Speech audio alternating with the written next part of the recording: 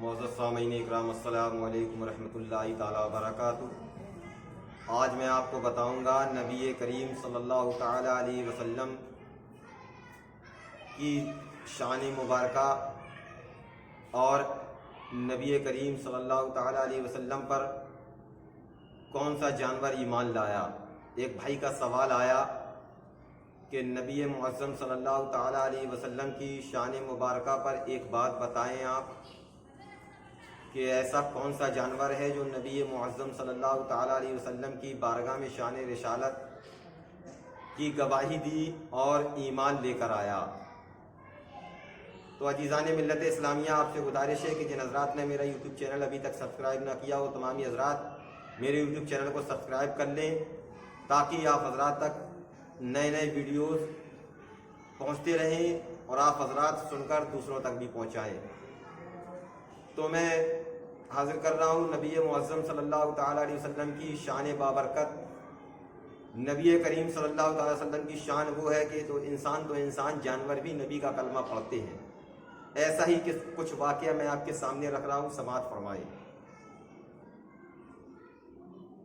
ایک جانور جس کو ہم اور آپ اپنی ہندی زبان میں گوہ کے نام سے یاد کرتے ہیں۔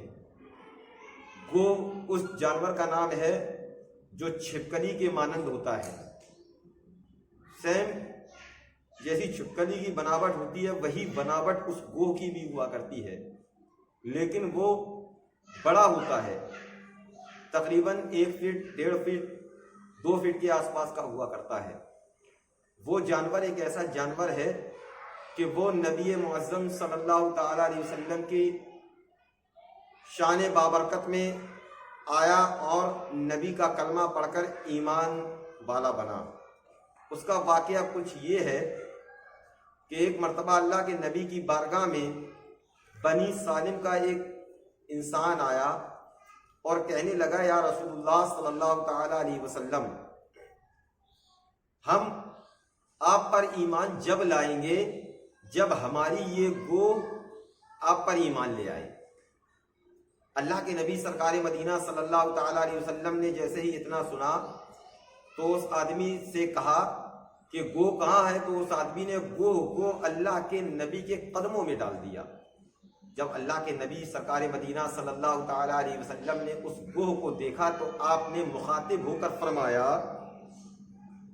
اللہ کے نبی نے ارشاد فرمایا، تو اس گو نے اللہ کے نبی کی بات پر صدقتا یا رسول اللہ فرمایا۔ صدقتا یا رسول اللہ یعنی میں حاضر ہوں یا رسول اللہ، آپ حکم فرمائیے۔ تو جتنے لوگ وہاں پر حاضر تھے تمام لوگوں نے اپنے کانوں سے اس گوہ کی آواز کو سنا، اور جب آواز سنی تو بڑے پریشان ہو گئے کہ اللہ کے نبی کی بارگاہ میں یہ بغیر آواز والا جانور تیز آواز میں گفتگو کر رہا ہے۔ تو اللہ کے نبی سرکار مدینہ صلی اللہ تعالیٰ علیہ وسلم نے اس گو سے کہا کہ اے گو،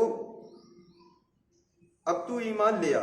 اس کے بعد آپ صلی اللہ علیہ وسلم نے اس گو سے پوچھا کہ اے گو، تیرا معبود کون ہے، یعنی تو کس کی عبادت کرتا ہے؟ تو اس نے جواب دیا، میرا معبود وہ ہے کہ جس کا عرش آسمان میں ہے اور اسی کی بادشاہی زمین میں ہے اور اسی کی رحمت جنت میں ہے اور اس کا عذاب جہنم میں ہے۔ پھر آپ صلی اللہ تعالیٰ علیہ وسلم نے پوچھا، اے گو یہ بتا کہ میں کون ہوں؟